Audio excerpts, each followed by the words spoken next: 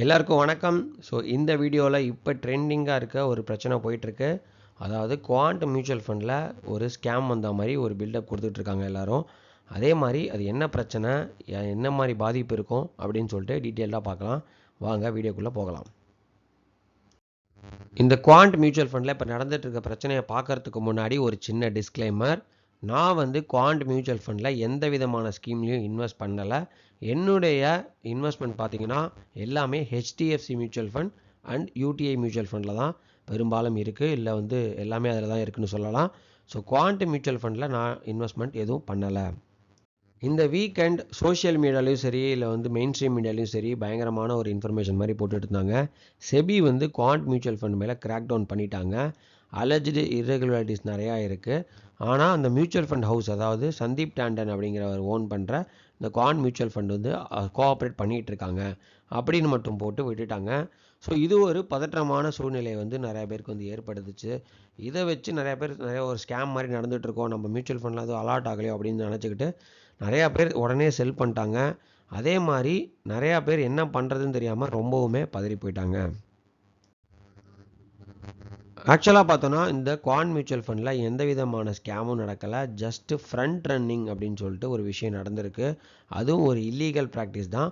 ஆனால் அதை பண்ணது பார்த்தோம் அப்படின்னா ஒரு மியூச்சுவல் ஃபண்ட் மேனேஜர் பண்ணியிருக்காங்க. அது ஸ்மால் கேப் ஃபண்டா, இல்லை குவாண்டோட மல்டி கேப் ஃபண்டா, இல்லை லார்ஜ் கேப் ஃபண்டா அப்படின்னு நம்ம பார்க்கறதுக்கு முன்னாடி இது ஒரு mutual fund manager based issue தான். இது ஒரு மொத்த ஃபண்டையுமே பாதிக்காது.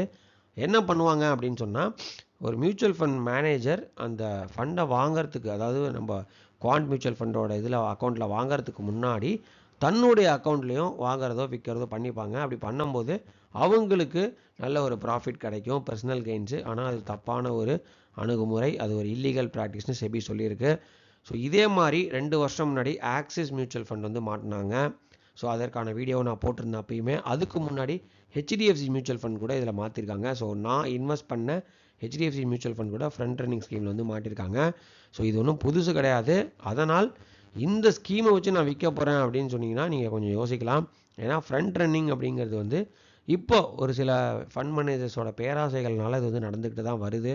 ஸோ நான் சொன்ன மாதிரி ஆக்சிஸ் ஏஎம்சியில் நடந்திருக்கு, ஹெச்டிஎஃப்சி ஏஎம்சியில் நடந்திருக்கு. ஸோ இது ஒரு சாதாரணமான விஷயம்னு சொல்ல முடியாது, தப்பு தான். இருந்தாலும் மற்ற இதுலேயும் நடந்துகிட்டு இருக்கு. இது ஒரு ஃபண்ட் மேனேஜர் ஓரியன்ட் இஷ்யூவை தவிர அந்த குவாண்ட் மியூச்சுவல் ஃபண்டில் எந்த விதமான தப்புகளும் இது வரைக்கும் வெளியில் வரலை. எனக்கு தெரிஞ்ச சர்க்கிள்லேருந்தே ஒரு 2-3 கால் இந்த இன்னைக்கு நேற்றுக்கு வந்திருக்கு. என்னுடைய மியூச்சுவல் ஃபண்ட் இன்வெஸ்ட்மெண்ட் சேஃபாக குவாண்ட் எடுத்துகிட்டு ஓடிட மாட்டாங்களே அப்படின்னு சொல்லிட்டு.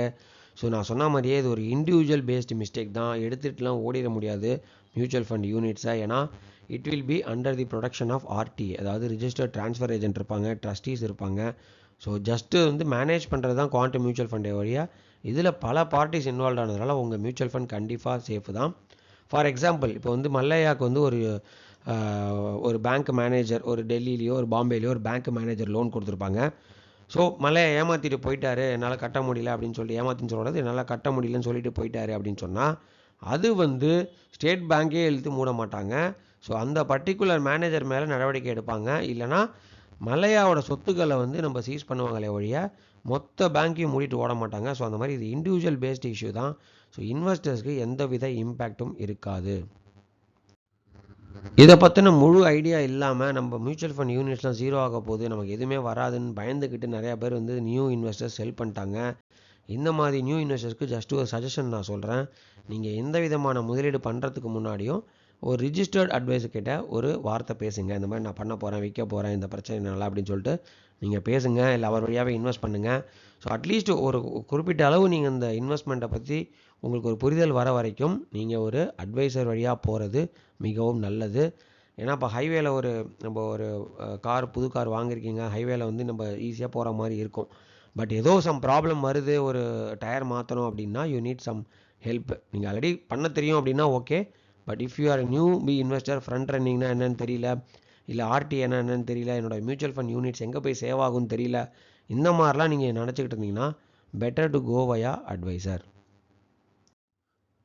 ஸோ இந்த குவாண்ட் மியூச்சுவல் ஃபண்டில் போயிட்டு இருக்க பிரச்சனையாக இருக்கட்டும், இல்லை வேறு ஏதாவது மியூச்சுவல் ஃபண்ட் டவுட்ஸாக இருக்கட்டும், இல்லை ஃப்ரண்ட் ரன்னிங்கை பற்றி உங்களுக்கு வேறு ஏதாவது புரிதல் வேணும் அப்படின்னா உங்களோட கேள்விகளை கண்டிப்பாக கமெண்ட்ஸில் பதிவிடுங்க. சப்போர்ட் பண்ணுங்கள், லைக் பண்ணுங்கள், சப்ஸ்கிரைப் பண்ணுங்கள், உங்கள் ஃப்ரெண்ட்ஸுக்கும் ஷேர் பண்ணுங்கள். தேங்க்யூ. Happy investing.